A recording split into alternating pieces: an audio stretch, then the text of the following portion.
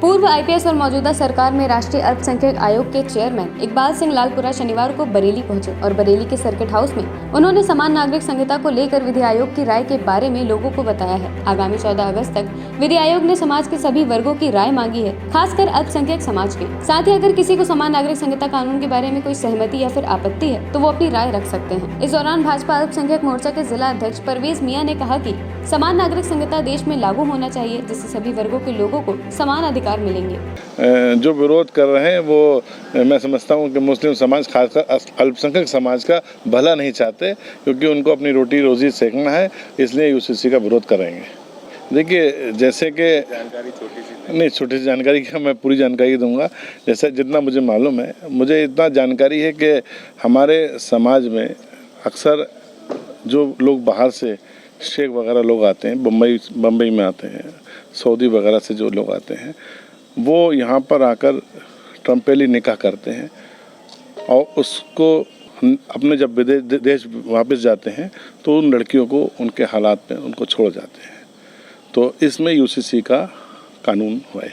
कुछ मजबूरियां हैं, जैसे कि हमारे वेस्ट बंगाल के अंदर बहुत गरीब तबका रहता है जो अपनी लड़कियों को, जो यहाँ से हमारे उत्तर प्रदेश से लोग जाते हैं, जिनकी शादियां यहाँ पर अक्सर बीवी लोगों की मर जाती हैं, जिनकी शादियां लोकल नहीं हो पाती हैं, वो उन प्रदेशों में जाकर, जैसे वेस्ट बंगाल है या बिहार का अंतिम इलाका जहाँ पर बहुत गरीबी तबके में लोग रह रहे हैं, वहाँ पर लोग अपनी लड़कियों को रजामंदी से शादी करते हैं। वहाँ बेची नहीं जाती हैं, लेकिन लोगों को भ्रम यही है कि वो बेची जाती है, लेकिन बेची नहीं जाती है। लोग अपनी रजामंदी से माँ बाप उनको शादी करते हैं। देखिए, हमारे यहाँ महर जो होता है वो दो तरह का होता है।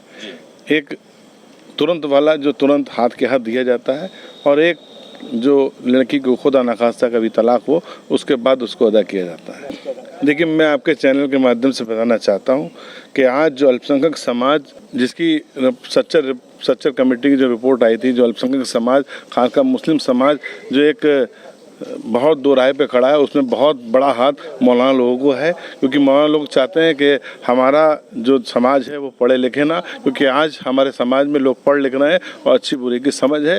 आज इसीलिए जो है मौलाना लोगों के पेट में दर्द हो रहा है। मुस्लिम समाज की सोनी मलिक ने कहा कि समान नागरिक संहिता कानून में कोई बुराई नहीं है, इससे महिलाओं को बराबर का हक मिलेगा, महिलाओं का विकास होगा। इसमें बुराई क्या है? अगर सही बात सबके समानता का वो मिल रहा है तो इसमें क्या दिक्कत है?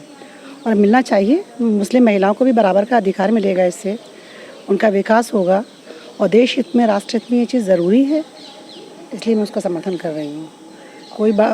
कोई किसी समुदाय को लेकर विशेष छूट क्यों हो? जो हिंदुओं के लिए एक विवाह अधिनियम है वही मुसलमानों के लिए होना चाहिए। इनमें बहुत सी चीज़ों पर, बहुत सी गंदगी पे रोक लगेगी। जैसे 4 शादियाँ हैं वो नहीं होनी चाहिए, जैसे हिंदू विवाह में होता है ऐसे मुस्लिम्स का होना चाहिए। तो ऐसा नहीं है किसी के लिए, इससे सबका फ़ायदा होगा। और भी बहुत सारी चीज़ें हैं, कहीं कोई दिक्कत नहीं है कोई। और जो गलतफहमियां पैदा कर रहे हैं वो राजनीतिक हो सकती हैं, लेकिन व्यक्ति विशेष को, सबको, अल्पसंख्यक समुदाय को, सबको लाभ होगा इससे। डर नहीं है, उनको डर पैदा किया गया है। उतना एजुकेशन का लेवल नहीं बढ़ पा रहा है मुस्लिम महिलाओं का, तो वो उसे जान ही नहीं पा रही हैं। जब वो जान नहीं पा रही हैं तो उनको जैसा बताया जा रहा है उस हिसाब से बोल रही हैं वो।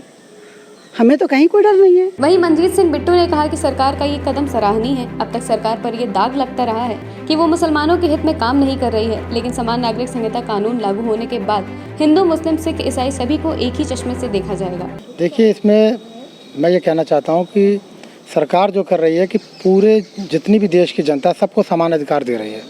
तो इसमें हिंदू, ऐसा नहीं है कि मुसलमानों को कोई अधिकार छीना जा रहा है या हिंदुओं को विशेष अधिकार दिया जा रहा है या सिखों का छीना जा रहा है।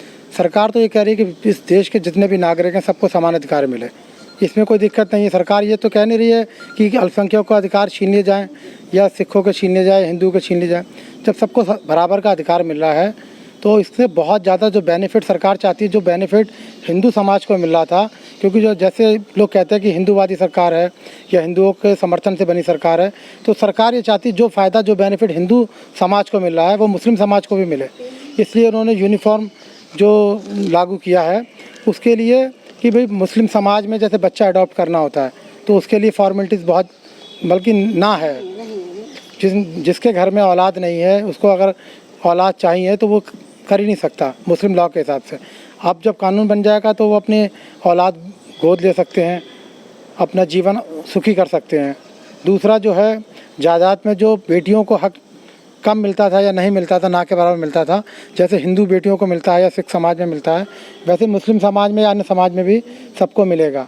तो इसमें बराबरी का हक दिया जा रहा है। तीसरा हक जो है तलाक का, कि 3 तलाक जो होता था महिलाओं के साथ, पुरुष ने उसका मन भर गया या किसी वजह से उसने जो भी उसका मन हुआ उसने तलाक दे दिया, कोई रीज़न की ज़रूरत नहीं है। अब जब कानून बन जाएगा तो तलाक देने से पहले कानूनी प्रक्रिया से गुजरना पड़ेगा।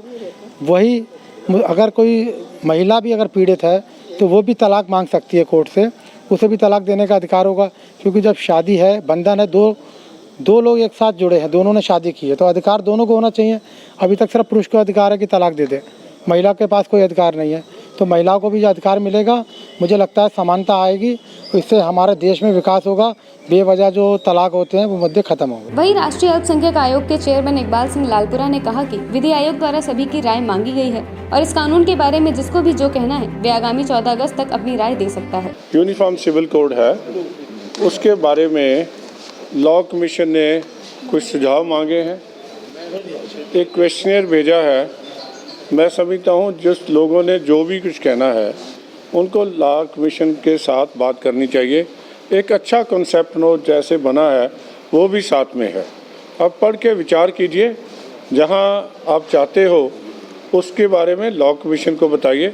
जो आपके डर हैं, जो आपकी लगता है कि इससे हमारा नुकसान होगा, वो चीज़ें लोगों को बताइए। लेकिन राजनीति के लिए, केवल विरोध के लिए विरोध करना, ये मैं समझता हूँ देश के विकास का में रोड़ा बनती है, रोकती है विकास को। ये डीएम साहब देखेंगे, वहाँ की सरकार लोगों ने देखे। हाँ जी, और लोगों ने हर आदमी को अपनी बात कहा, बहुत अच्छी बात है। देखो इसमें क्या है, चर्चा क्या है इसमें, देखो सभी लोगों को अपनी राय रखने का हक है।